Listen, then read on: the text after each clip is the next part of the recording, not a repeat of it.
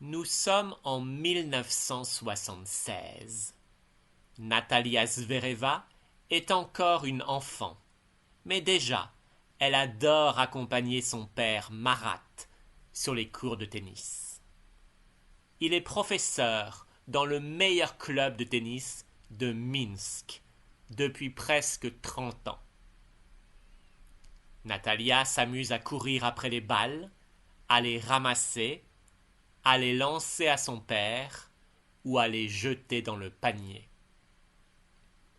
À l'âge de 7 ans, elle reçoit enfin sa première raquette et commence à frapper dans la balle. Très vite, Marat remarque que sa fille a un énorme talent et rêve d'en faire une championne internationale. Il faut qu'elle s'entraîne tous les jours, avant et après l'école. Le week-end aussi, elle joue au tennis pendant 7 ou 8 heures, sans s'arrêter. Marat est très sévère, non seulement avec sa fille, mais aussi avec les autres élèves. Au début des années 1980, plusieurs parents font des réclamations et critiquent ses techniques vieille école et pas assez modernes. Il est finalement licencié et doit quitter le club de tennis. C'est une catastrophe. Natalia ne peut plus s'entraîner. Son père est désespéré et accepte finalement de travailler comme homme de ménage pour rester dans le même club de tennis. Il ne reçoit plus que la moitié de son salaire, mais en échange, Natalia peut continuer à utiliser gratuitement les cours de tennis. Nous nous levions très tôt tous les jours pour aller au club de tennis. Je m'entraînais avec mon père de 5 à 7 heures du matin, avant d'aller à l'école. Je mourais de sommeil, mais c'était le seul moment où les cours étaient libres. C'était terrible en hiver. Il faisait un froid de canard, mais il n'y avait pas de chauffage. Nous tremblions de froid. C'était une période difficile. Les gens se moquaient de moi et de mon père.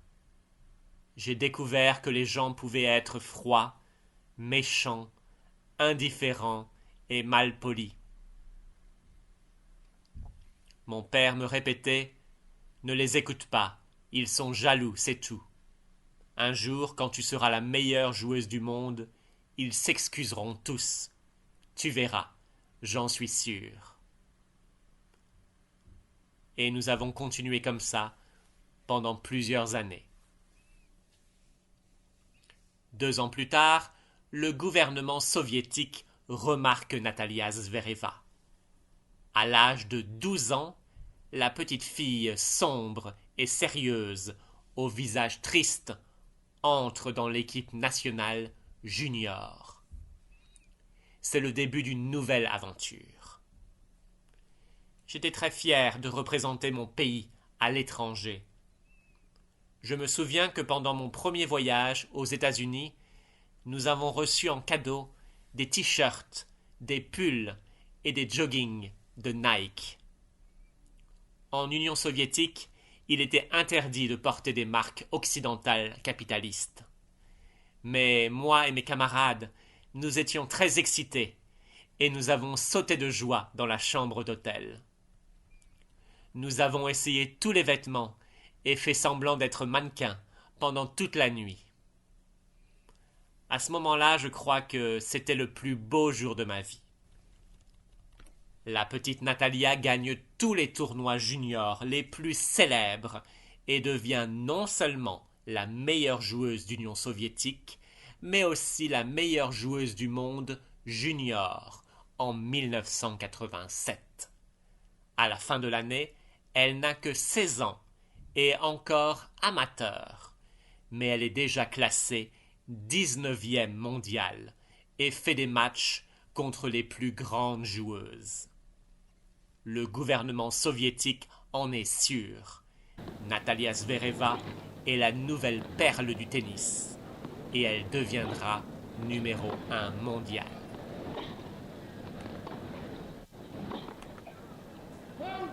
Zvereva se souvient. C'est une époque où tout était simple. Je voulais que mon père et mon pays soient fiers de moi. Je ne pensais qu'au tennis. Je ne me posais pas d'autres questions. J'étais modeste et décontracté. Je gagnais facilement presque tous mes matchs. En mai 1988, la soviétique vient d'avoir 17 ans et devient joueuse de tennis professionnelle. Quelques semaines plus tard, à Roland-Garros, elle arrive en finale après avoir battu la numéro 2 mondiale, l'américaine Martina Navratilova, au 4e tour.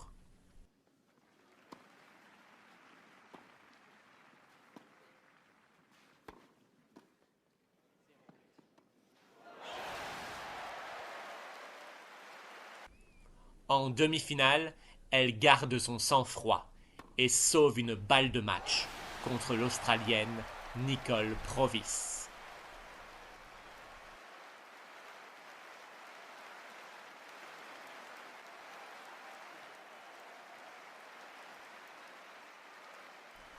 Sur le papier, c'est une finale de rêve entre la soviétique Natalia Zvereva et l'allemande de l'Ouest, Steffi Graf, les deux jeunes joueuses en forme du moment. Le public est impatient, le stade est complet, malgré le mauvais temps et les risques de pluie. Malheureusement pour Zvereva, le rêve devient vite un cauchemar. Steffi Graf joue vite et fort pendant cette finale. Natalia Zvereva, elle, est beaucoup trop stressée.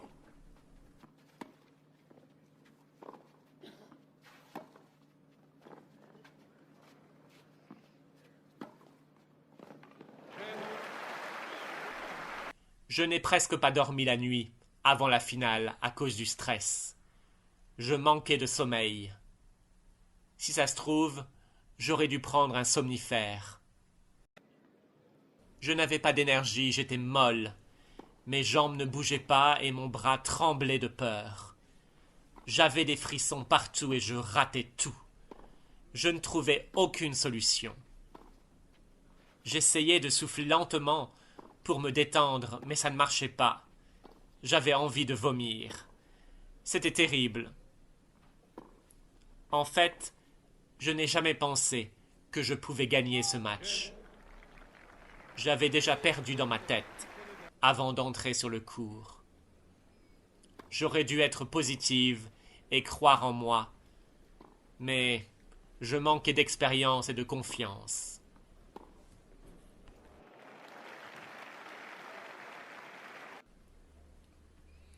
Il y a eu un autre problème. Le matin, avant la finale, Natalia Zvereva est sur le point de manger son petit déjeuner, quand tout à coup elle reçoit un coup de téléphone de sa mère, qui lui annonce une mauvaise nouvelle. Je voulais absolument que ma mère vienne à Paris pour assister à la finale et m'encourager. C'était très important pour moi. Malheureusement, elle avait besoin d'un visa pour la France, et elle ne l'a pas eu à temps. Ça a été un énorme choc pour moi. J'étais très déçu.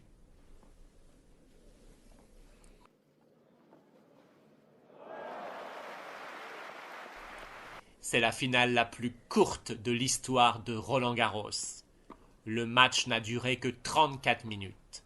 Le score est terrible, 6-0, 6-0.